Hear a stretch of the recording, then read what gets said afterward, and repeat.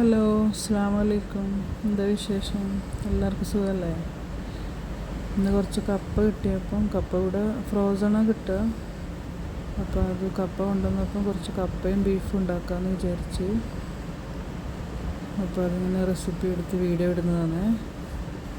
കപ്പ നന്നായി കഴുകി വൃത്തിയാക്കിയിട്ട് ഇതുപോലെ മഞ്ഞൾപ്പൊടി ഇട്ട് ഉപ്പിട്ട് നന്നായി വേവിച്ചെടുക്കും.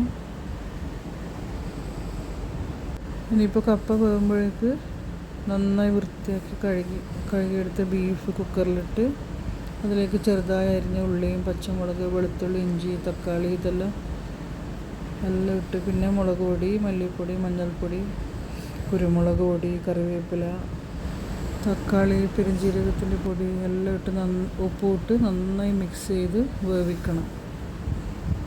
പിന്നെ ബേ ലീഫും ഗ്രാമ്പൂ, പട്ട ഇതെല്ലാം ഇടുന്നുണ്ട്. എല്ലാം ഇട്ട് നന്നായി കുഴച്ച് വേവിച്ചെടുക്കണം, അധികം വെള്ളം ഒഴിക്കാണ്ട്. ചാനൽ ആദ്യമായിട്ട് കാണുന്നവരൊന്ന് സബ്സ്ക്രൈബ് ചെയ്യണേ. ഇഷ്ടമായാലൊന്ന് ലൈക്ക് ചെയ്യണം, അഭിപ്രായങ്ങളൊന്ന് കമൻറ്റ് ചെയ്യണം.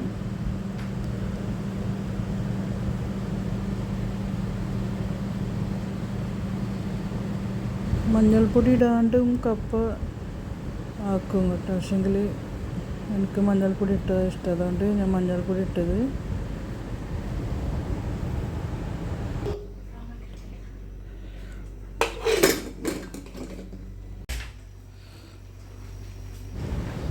ബീഫ് നന്നായി വെന്ത് നല്ല കുറുക്കി നല്ല ബീഫ് മസാല ആയിട്ടുണ്ട് കേട്ടോ.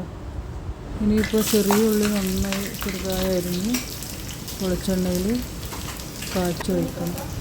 മറ്റേ ചുവന്ന മുളക് ഇടുക, ഞാൻ ഇട്ടിട്ടില്ല, എനിക്ക് ഈ ഉള്ളിയാണ് ഫേവറേറ്റ്. അങ്ങനെ ഉള്ളി കാച്ചി വെച്ചു. ഇതിപ്പോൾ സൈഡ് ഡിഷ് ഇന്നലെ ബാക്കി വന്ന നെയ്ച്ചോറ് എഗ്ഗ് റൈസാക്കി മാറ്റിയെടുക്കുന്നതാണ്.